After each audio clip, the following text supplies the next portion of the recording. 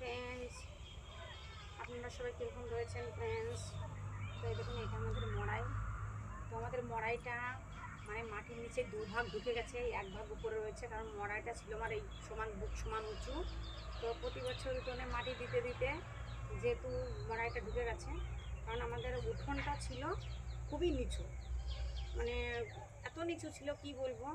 তো উঠোনে মাটি দিতে দিতে উঠোনটা উঁচু হয়ে গেছে, মড়াইটা যেহেতু একদম ঢুকে গেছে, দুভাগ নিচেই ঢুকে গেছে, এক ভাগ উপরে রয়েছে, ওই জন্য মড়াইটা নিচু লাগছে। তা নাহলে মড়াইটা কিন্তু খুবই উঁচু ছিল এবং খুবই আকৃতিতে অনেকটা বড় ছিল।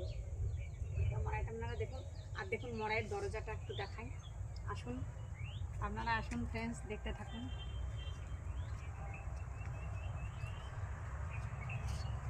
এইটা হলো দরজা, আরো কিছু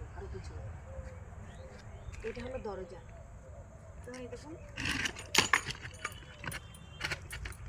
এটা যেহেতু বসে গেছে তার জন্য একটু অসুবিধা হচ্ছে। এই দেখুন, এটা দিয়ে কিন্তু ঢুকে যাওয়া হয়, ধান করা হয়।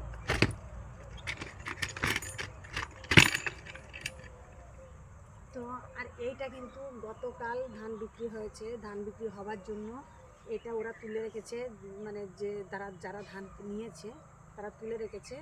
আবার আজ ধান নেয়নি, যেহেতু আজ বৃহস্পতিবার, ওই জন্য ধান নেয়নি। তো শুক্রবার মানে আগামীকালকে ধান নেওয়া হবে, তার জন্য কিন্তু ওরা এটা তুলে রেখেছে। ধান নেওয়া হয়ে যাবে তখন এটা নামিয়ে দেওয়া হবে। তো বৃহস্পতিবারের জন্য আজ ধান দেওয়া হয়নি।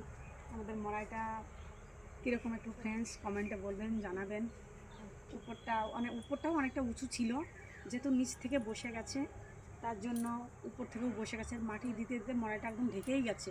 তবে মড়াইটা একটু মানে যেহেতু নতুন মাটি দেওয়া, তো একটু মানে কাত হয়ে চলে এসছে, উল্টে গেছে। বাই ফ্রেন্ডস, আপনারা সবাই ভালো থাকবেন, সুস্থ থাকবেন, বাই।